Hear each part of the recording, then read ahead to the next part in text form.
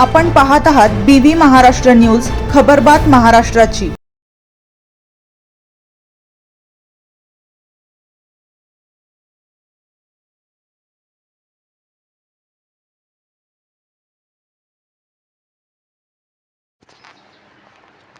एकदरे येथे बिबट्याच्या हल्ल्यात शेतकरी जखमी, नागरिक भयभीत।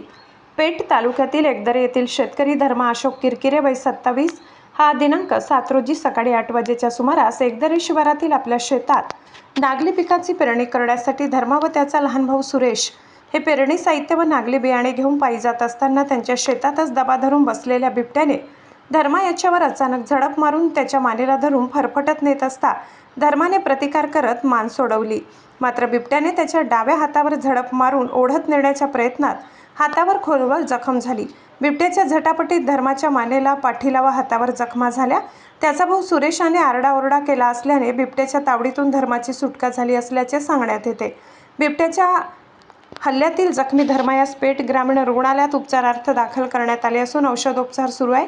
पेठ तालुक्यातील विविध ठिकाणी शेतकऱ्यांच्या पाळीव जनावरांवर कोंबड्या, बकऱ्या, कुत्रे यांना हल्ले करून फस्त केले जात असल्याच्या घटना वारंवार घडत असून काही भागात थेट माणसांवर हल्ले करत बिबट्याने गंभीर जखमी केले आहे। बिबट्यांचे हल्ले सुरू असून त्यांचा पिंजरे लावून बंदोबस्त करण्यात यावा अशी मागणी नागरिकांकडून करण्यात येत आहे।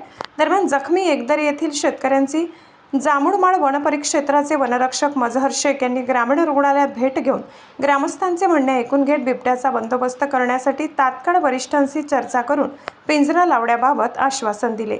BV न्यूज महाराष्ट्रासाठी सहसंपादक चंद्रकांत जोशी।